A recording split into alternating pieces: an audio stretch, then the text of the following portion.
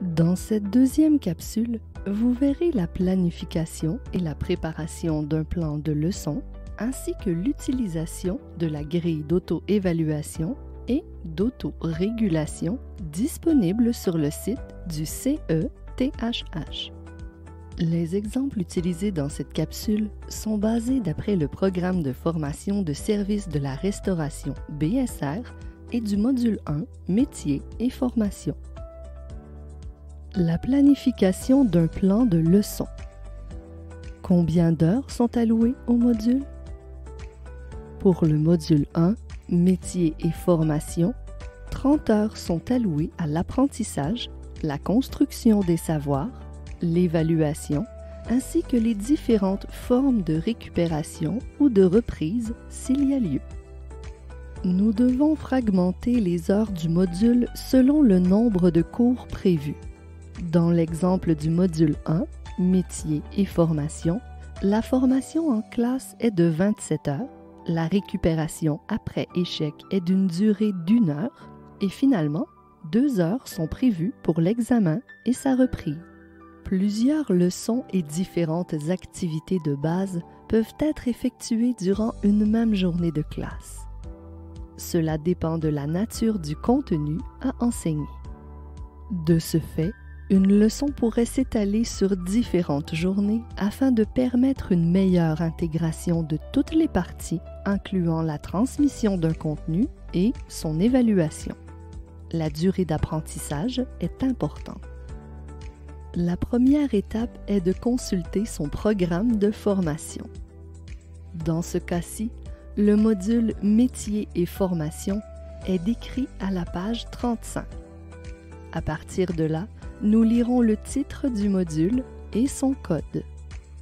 Comme il s'agit d'un module traduit en situation, l'élève devra être évalué à des moments clés de sa démarche et de sa participation.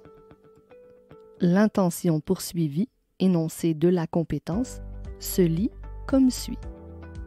Acquérir la compétence pour se situer au regard des métiers et de la démarche de formation en tenant compte des précisions et en participant aux activités proposées selon le plan de mise en situation, les conditions et les critères qui suivent.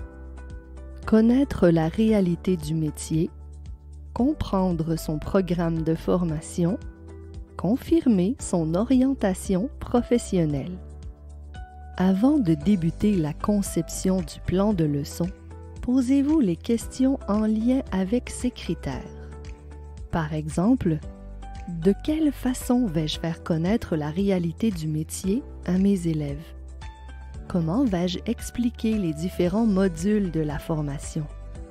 Avec quels moyens vais-je m'assurer que les élèves confirment leur orientation professionnelle? Ici, nous avons décidé de créer un plan de leçon de 4 heures. Module numéro 1, Métiers et formation. Code BSR01. Titre de la leçon, L'introduction au métier. Durée, 4 heures.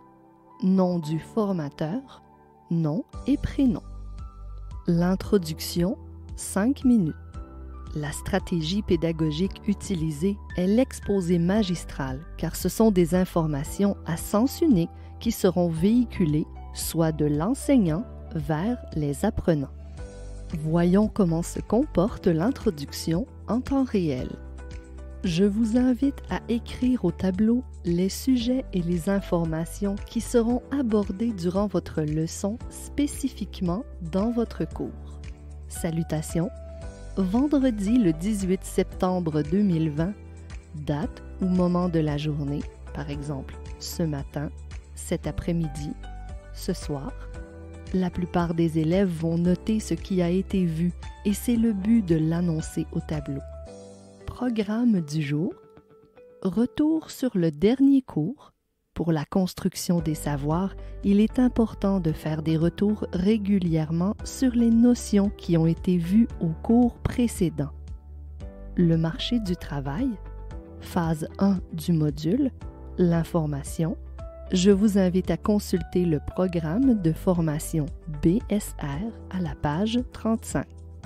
Les corps d'emploi, équipe de 2, toujours dans la phase 1, mais nous ajoutons une activité de base. Évaluation au prochain cours, fiche de travail numéro 1. En créant ce genre de planificateur, l'élève se sent encadré par une structure sécurisante. Pour le formateur, il est plus facile de lire le tableau en suivant l'ordre du jour et ainsi, au fur et à mesure que la liste s'achève, barrer les éléments traités. Nous trouvons ces informations dans l'introduction du plan de leçon. Durant les heures d'apprentissage, l'élève devra s'informer sur le marché du travail, reconnaître les caractéristiques des divers types d'entreprises susceptibles d'engager un diplômé, reconnaître les différents corps d'emploi en restauration ainsi que leur position hiérarchique et appellation d'emploi. Ce sont les éléments théoriques à traiter qui se retrouvent dans la section contenu du plan de leçon.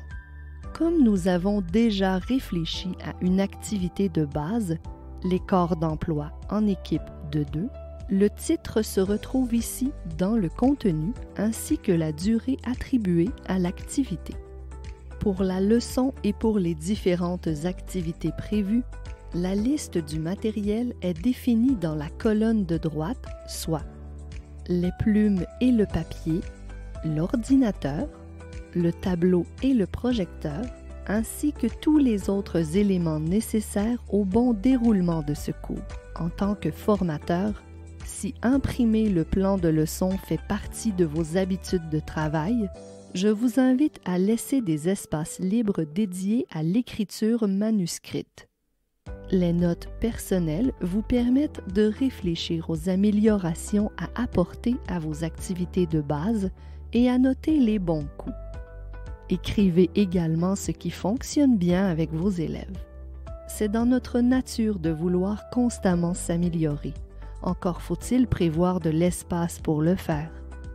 Qu'il appartienne ou non à un autre formateur, le plan de leçon subit des modifications fréquentes lorsque l'on prépare un cours. La conclusion. Dû au travail d'équipe prévu dans la planification de cette leçon, la classe risque d'être désordonnée. Prévoir du temps pour faire le rangement et la remettre en ordre. Elle doit être prête à l'emploi pour le cours qui suit. Faire un retour sur les sujets qui ont été traités lors de l'introduction en questionnant les apprenants sur les liens qu'ils ont faits depuis le début du cours. Finalement, nommer les attentes en lien avec le prochain cours. Par exemple, préparer un travail, créer un document à l'aide d'une recherche, finaliser des fiches de travail. En annonçant les prochaines étapes, l'élève se sent encadré par une structure sécurisante et ceci lui permet de faire des liens avec ce qu'il a acquis dans le cadre de cette leçon et qui lui sera utile pour l'atteinte de la compétence. Comment corriger son plan de leçon à l'aide de la grille d'auto-évaluation? Auto-évaluation et validation. Les logos de l'Institut national de formation professionnelle et du ministère de l'Éducation nationale et de la formation professionnelle sont présents en en-tête.